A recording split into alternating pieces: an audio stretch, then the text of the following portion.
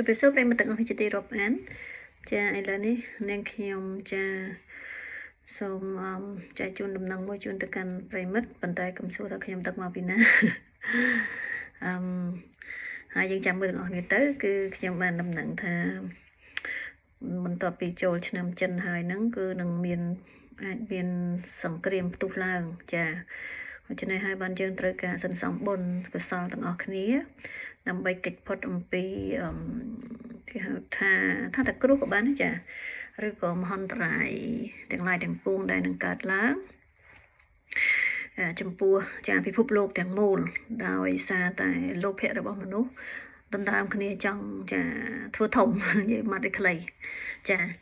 អញ្ចឹងមានតែសេចក្តីល្អដែលយើងបំពេញតាមរយៈការធ្វើទានរក្សាសិលចម្រើនសមាធិឬក៏វិបស្សនាចាគឺជាអាវក្រោះដ៏ស័ក្តិសិទ្ធិដែលអាចឃុំគ្រងយើងទាំងអស់គ្នាឲ្យឆ្លងផុតអំពីសង្គ្រាមទាំងឡាយទាំងពួងដែលអាចនឹងកើតមានឡើងហើយមួយវិញទៀតនាងខ្ញុំសូមជម្រាបជូនដំណឹងមួយទៀតដោយសារមិត្តភ័ក្តិរបស់ខ្ញុំបងស្រីគាត់នៅប្រទេសស្វីសនេះគាត់នៅប្រទេសបារាំងតែគាត់នៅជាប់ហ្សឺណែវឥឡូវនេះគាត់បាននៅក្នុងប្រទេសខ្មែរហើយគាត់ក៏កំពុងតែស្ថិតនៅចាប្រាសាទចាព្រះវិហារចឹងហើយបានគាត់ជួបព្រះសង្ឃមួយអង្គដែលលោកមានសន្តានចិត្តដ៏មហាប្រពៃលោកអត់បានគង់និមន្តចេញទៅណាទេគឺលោកនៅវត្តនៅលើកំពូលភ្នំព្រះវិហារហ្នឹងហើយលោកបានជួយកងទ័ពទៅតាមអ្វីដែលលោកអាចជួយបានមានដូចជាចាទានផ្សេងដែលលោកមានលទ្ធភាពចាអញ្ចឹងលោកមិនបានសូមឲ្យបងស្រីផ្ដល់ដំណឹងទៅដល់មហាជនឬក៏ពុទ្ធសាសនិកដើម្បីធ្វើទានជាមួយលោកទេប៉ុន្តែគឺជាឱកាសដ៏កម្រដែលយើងអាចធ្វើទានជាមួយព្រះសង្ឃចាជាសង្ឃសាវករបស់ព្រះសម្មាសម្ពុទ្ធហើយលោកគង់នៅលើភ្នំប្រាសាទព្រះវិហារយើងថាមិនចេញពីទីតាំងសមរភូមិទេគឺលោកនៅតែគង់នៅតំបន់ក្តៅនោះអញ្ចឹង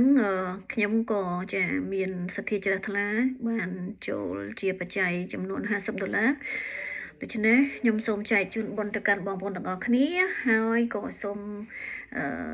ជម្រាបថាបើបងប្អូនណាមានសទ្ធាចង់ផ្សារភ្ជាប់ឧបនិស្ស័យជាមួយនឹងព្រះតេជគុណនិងក្នុងព្រះពុទ្ធសាសនាអាចធ្វើទានជាមួយលោកនឹងធ្វើទានបន្តទៅដល់កងទ័ពនៅលើភ្នំព្រះវិហារនឹងឯងចាកំពូលភ្នំព្រះវិហារចានេះជាអ្វីដែលខ្ញុំចង់ចែករំលែកជូននៅក្នុងថ្ងៃនេះចាហើយខ្ញុំនឹងសរសេរនៅសារសំទោសខ្ញុំនឹងភ្ជាប់ជាមួយនៅ QR code របស់ព្រះតេជគុណផ្ទាល់នៅក្នុង comment ខាងក្រោមវីដេអូដូច្នេះបើបងប្អូនណាចង់ចូលរួមថវិកាទៅតាមសទ្ធាជ្រះថ្លាដែលខ្លួនមានសូមផ្ញើទៅកាន់ចាកណនីធនាគារឬមួយក៏កង AVA របស់លោកផ្ទាល់ហើយសូមឧទ្ទិសបុណ្យចាពេលបំពេញទានហើយសូមឧទ្ទិសបុណ្យទៅកាន់បុព្វការីជននិងវីរៈកងទ័ពទាំងអស់ដែលបានចែកឋានដែលបងប្អូននឹកឃើញឈ្មោះចាកងទ័ពឬក៏មេទ័ពពីមុនឬក៏លើនឹងមួយណាបងប្អូនរំលឹកឈ្មោះទៅ